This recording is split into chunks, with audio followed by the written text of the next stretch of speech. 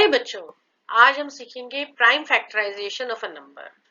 ये एक ऐसा टॉपिक है जो आप 5th 6th 7th ग्रेड में सीखते हो, लेकिन आपको 8th 9th 10th के अंदर जो क्वेश्चंस होते हैं उसके अंदर ये एक इतना बेसिक कॉन्सेप्ट होता है। अगर आपको नहीं आता तो आपका पूरा क्वेश्चन गलत होएगा और आपका कॉन्फिडेंस भी लूज धीरे धीरे धीरे धीरे होता चला जाएगा और आपको मैथ से डर लगने लगेगा।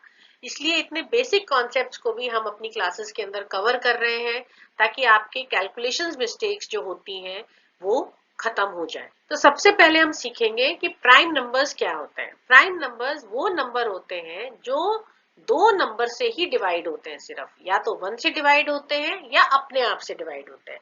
इस चीज को एक इजी तरीके से हम कैसे समझ सकते हैं कि वो नंबर जो या तो 1 की टेबल में आता है या खुद की टेबल में आता है उसको बोलते हैं प्राइम नंबर। तो जैसे हम एग्जाम्पल अगर हम लें तो हमारा एग्जाम्पल क्या है कि 2 जो है वो या तो अपनी टेबल में आता है या 1 की टेबल में आता है, उसके अलावा किसी टेबल में नहीं आता है, इसलिए 2 इज अ प्राइम नंबर। 19 ऐसा नंबर है जो या तो 1 की टेबल में आता है या अपनी टेबल में आता है और किसी टेबल में आता ही नहीं है, तो इसका मतलब 19 is also a prime number. तो कॉम्पोजिट नंबर क्या हुए? कॉम्पोजिट नंबर जो टेक्निकल डेफिनेशन तो यहाँ पर लिखी हुई है, लेकिन हमको टेक्निकल डेफिनेशन बड़ी जल्दी जल्दी समझ में नहीं आती है। तो टेक्निकल डेफिनेशन क्या कहती है कि कोई भी नंबर जिसको हम दो स्मॉलर नंबर्स के प्रोडक्ट के रूप में लिख सकते हैं। मतलब कैसे? जैसे 4 है तो उसको हम दो स्मॉलर नंबर मतलब 2 मल्टीप्लाइड बाय 2 में हम लिख सकते हैं। 18 है तो 18 को 2 इंटू 9 या 3 मल्टीप्लाइड बाय 6 लिख सकते हैं। तो इसका मतलब ये दोनों कॉम्पोजिट नंबर है। अब इसको हम इजी तरीके से कैसे समझ सकते हैं कि कोई भी नंबर जो 1 की टेबल में भी आता है, अपनी टेबल में भी आता है, लेकिन किसी कोई थर्ड नंबर की टेबल में भी आता है। तो थर्ड नंबर मतलब सिर्फ तीसरा नंबर नहीं, बहुत सारे नंबर्स में आ सकता है। जैसे 4 है तो 4 1 की टेबल में भी आता है, 4 की टेबल में भी आता है, लेकिन वो 2 की टेबल में भी आता है, तो इसलिए 4 इज अ कॉम्पोजिट नंबर। 18 है तो 1 की टेबल में भी आता है, 18 की टेबल में भी आता है। अब अगर आप सारे नंबर्स देखोगे तो वो 2 की टेबल में भी आता है, 3 की टेबल में भी आता है, 6 की टेबल में भी आता है और 9 की टेबल में भी आता है। 18 जो है वो 4 दूसरे नंबर्स की टेबल में आता है और जो 4 है वो सिर्फ एक थर्ड नंबर 2 है उसकी टेबल में आता है, लेकिन दोनों ही कॉम्पोजिट नंबर होंगे। क्यों?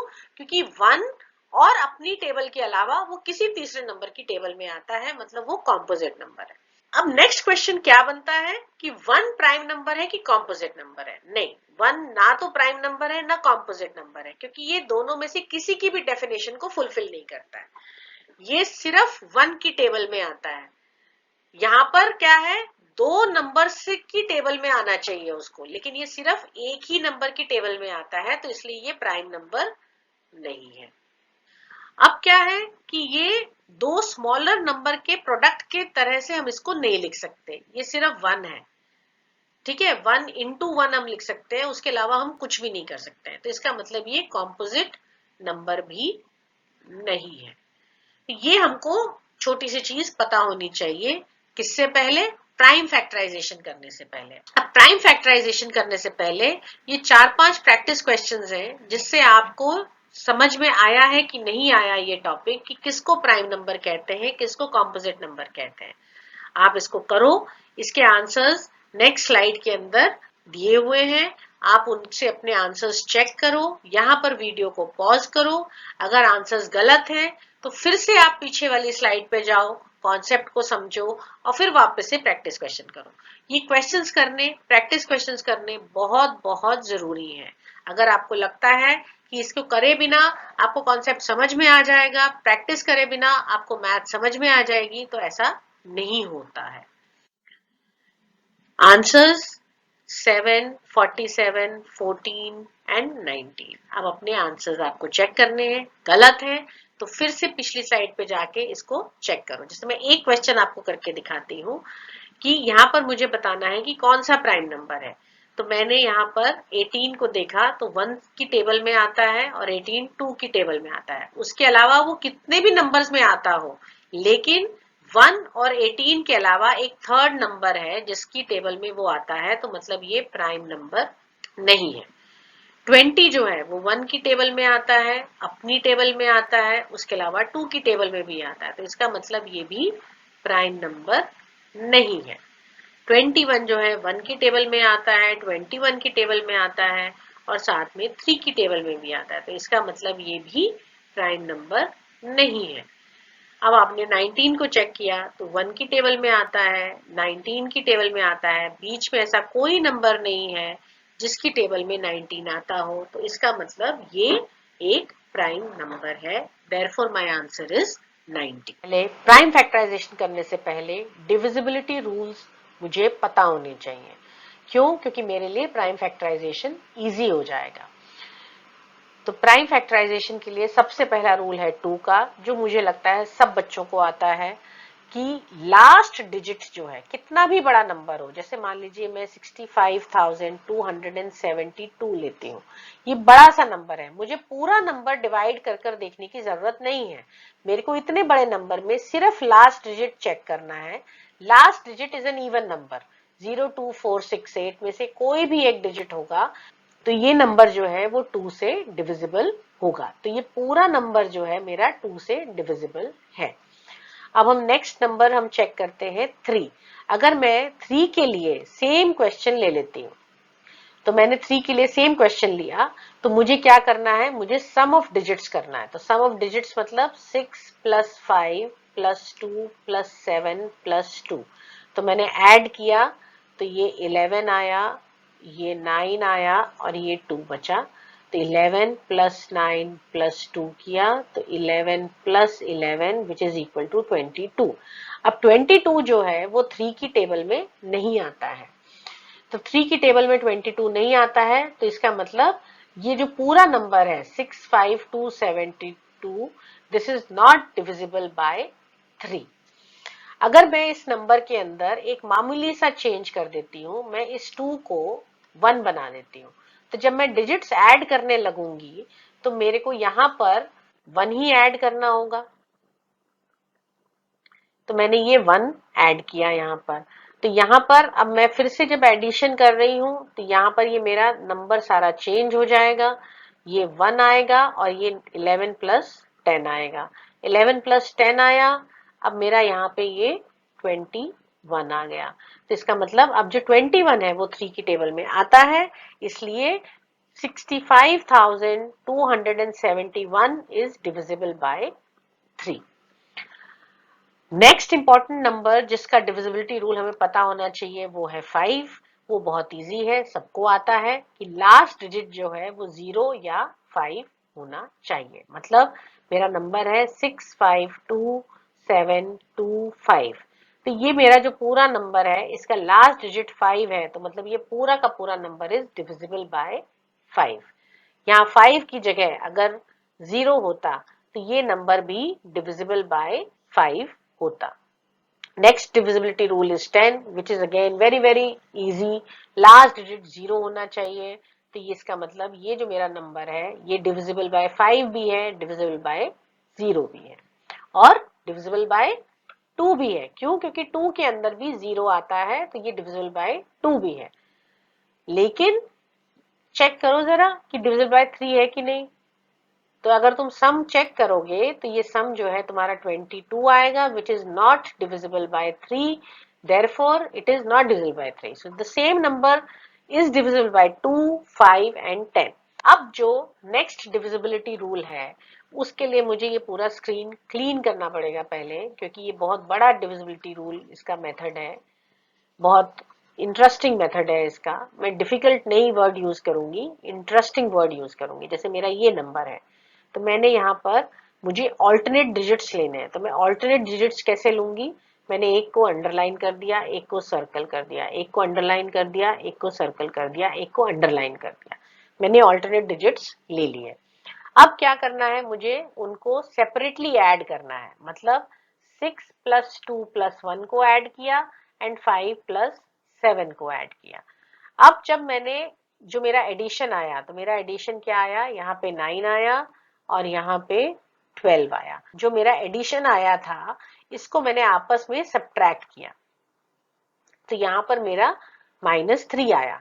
ये सब्ट्रैक्शन नहीं आता नेगेटिव नंबर्स कैसे आता है रिजल्ट मेरा, या इंटीजर्स का एडिशन सब्ट्रैक्शन कैसे होता है, मेरे चैनल पर जाओ और उसके अंदर इंटीजर्स के एडिशन सब्ट्रैक्शन को सीखो।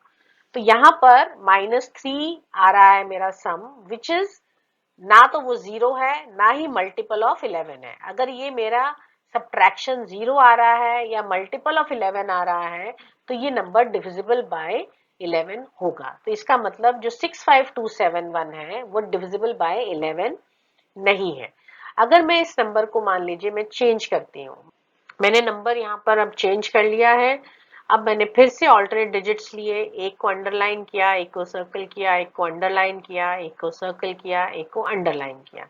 अब इनको सेपरेटली ऐड किया तो 6 + 2 + 1 एंड 2 + 7, तो इनका सम आया 9, इसका सम भी आया 9। 9 - 9 = 0, तो मेरा सम इज 0। तो इसका मतलब 62271 इज डिविजिबल बाय 11। अब मैं इसमें 2 से चेक करूंगी तो ये 2 से डिविजिबल नहीं है। 3 से अगर मैं चेक करती हूँ तो मैंने ये सारे डिजिट्स ऐड करे तो मेरा जो सम आ रहा है वो 8 + 9 + 1 विच इज 18। सो 18 जो है वो 3 की टेबल में आता है, तो this is also divisible by 3। ये 5 से नहीं है क्योंकि लास्ट डिजिट मेरा 0 या 5 नहीं है, 10 से भी नहीं है। तो ये जो नंबर है 3 से और 11 से डिविजिबल है। अच्छा, जो 9 का डिविजिबिलिटी रूल होता है वो सेम टू सेम 3 जैसा होता है। क्या? लेकिन कि जो एडिशन है वो डिविजिबल बाय 9 होना चाहिए। ठीक है, तो 3, 9, 2, 5, 11 इन सबके डिविजिबिलिटी रूल्स हमने सीख लिए हैं। अब इनकी मैच दी फॉलोइंग है, इनको आप करो, पॉज करो वीडियो को यहाँ पर और नेक्स्ट स्लाइड में अपने आंसर्स चेक करो। बहुत ज्यादा गलतियां हैं तो फिर से रूल्स को समझो और फिर से इन प्रैक्टिस क्वेश्चंस को करो। तो ये तुम्हारे हैं आंसर्स। अब हम जो हमारा मेन टॉपिक है वो है prime factorization of a number, और यहाँ पर हम प्राइम फैक्टराइजेशन डिवीजन मेथड से करेंगे। एक मेथड ट्री मेथड भी होता है, लेकिन हायर क्लासेस में ट्री मेथड बहुत ज्यादा काम नहीं आता है, तो हम सिर्फ डिवीजन मेथड ही सीखेंगे। तो सबसे पहला स्टेप है कि डिवाइड द गिवन नंबर, जो भी गिवन नंबर है। तो मैं यहाँ पर अभी एग्जाम्पल आपको जब मैं लूंगी तब दिखाऊंगी कि 24 मैंने नंबर चूज किया है, उसको जो भी पॉसिबल स्मॉलेस्ट प्राइम नंबर हम सोच सकते हैं उससे हम डिवाइड करेंगे। ये पीछे लास्ट डिजिट 4 है तो हमको पता है कि ये 2 से डिविजिबल है, और डिविजिबल नंबर से ही करना है, रिमाइंडर कुछ नहीं आना चाहिए, मेरा रिमाइंडर 0 होना चाहिए। तो 24 जो है 2 से डिविजिबल है, इसका रिमाइंडर 0 आएगा। यहाँ पर मैंने 2 लिख दिया, यहाँ पर मैं सारे अपने डिवाइजर्स लिखूंगी और यहाँ पर मैंने अपने नंबर्स लिखे। तो 24 को मैंने 2 से डिवाइड किया तो जो भी मेरा नंबर आएगा वो मैं इस एरिया में नीचे स्टेप में लिख दूंगी। तो मेरा नंबर आया 12। अब ये जो 12 है इसको फिर से मैं किसी प्राइम नंबर से डिवाइड करने की कोशिश करूंगी। तो मेरा लकीली जो 12 है वो भी 2 से डिविजिबल है, तो मैंने लिखा और जो मेरा क्वोशंट आया वो जो है फिर से 6 आया और वो भी 2 से डिविजिबल है। मेरे को ये प्रोसेस कब तक करना है? जब तक मेरा क्वोशंट 1 नहीं आ जाता।